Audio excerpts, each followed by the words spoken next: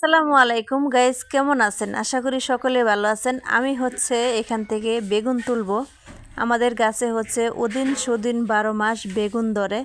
তো সেখান থেকে আমি আজকে বেগুন তুলবো। বেগুন তুলে বেগুনগুলো বিক্রি করা হবে। কারণ বেগুন আমাদের বাড়িতে কেউ খায় না, সবাই বেগুন বিক্রি করে দেয়। তো আমি আজকে বেগুনগুলো তুলবো, তুলে বিক্রি করার জন্য দিয়ে দেব।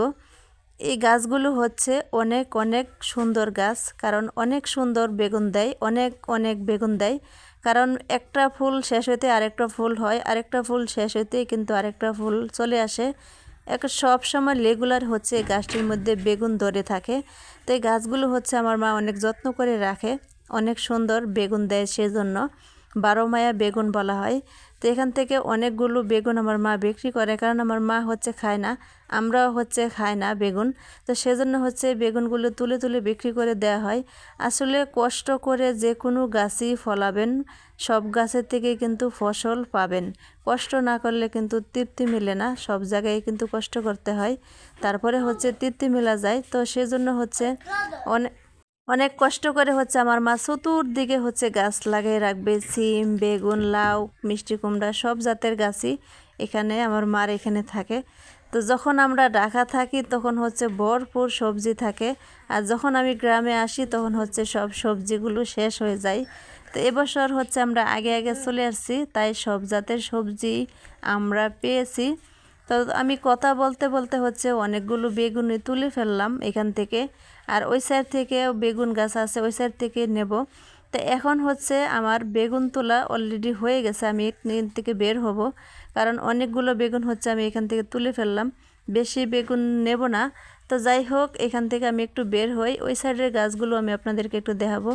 এই যে এই সাইডের গাছগুলো দেখেন, এই সাইডেও বেগুন গাছ, মিষ্টি কুমড়া গাছ, মানে সব জাতের গাছ এখানে ধরা আছে। এই বেগুনগুলো তেমন একটা বড় হয়নি, খালি ধরছে। তো এখান থেকে বিক্রি করার মতো হয়নি। তো এখান থেকে আমি নেব না, কারণ ওইখান থেকে আমার নেওয়া হয়ে গেছে। বাড়িতেই সবাই 1 কেজি 1.5 কেজি করে বেগুন নিয়ে নেয়, বাজারে নিতে হয় না। তো এখান থেকে যা নিতে আসছে 1 কেজি বেগুন নেবে, তো আমার 1 কেজির বেশির মতো হয়ে গেছে, আমি পেরে নিছি। তো এখান থেকে আমি এখন চলে যাব, যার বেগুন থাকে দিয়ে দেব, সে ঘরে বসে আছে। এটা আমার মার সুপারি গাছ, মানে প্রত্যেকটা গাছই বাড়িতে লাগানো আছে একটা একটা করে। বাড়িতে মানুষ নাই, শুধু আমার মা একাই থাকে। আমরা যখন বাড়িতে আসি তখন সবাই একসাথে হই। তো এ বেগুন গাছ, সবগুলো বেগুন পেরে নিয়েছি। আর এ নাজিফার ছেলে, ও বেগুন বিক্রি করবে। ও বলছে আমাকে দাও, আমি বাজারে নিয়ে বিক্রি করে দিয়ে আসি। ও ও বলছে আমি বেগুন বিক্রি করে খেজুরের গুড় আনবো, তারপরে নারকেল পিঠা বানাবো। ও হারছে। যাই হোক, এই বেগুনগুলো আমরা তুলে নিয়েছি, এখন দিয়ে দেব। আর এখানে মারব দাঁড়িয়ে আছে, সাইমন দাঁড়িয়ে আছে। সবাই বলছে বাড়িতে বিক্রি করতে হবে না, বাড়িতে দাম কম, আমরা বাজারে নিয়ে যাব, বাজার থেকে বিক্রি করব। আমি আবার জিজ্ঞেস করলাম যে তুমি পারবা কি না। মারব বলল যে হ্যাঁ আমি পারবো বিক্রি করতে। মাশাল্লাহ, সাহস আছে। যাই হোক, পারুক বা না পারুক, বলছে তো যে আমি পারবো।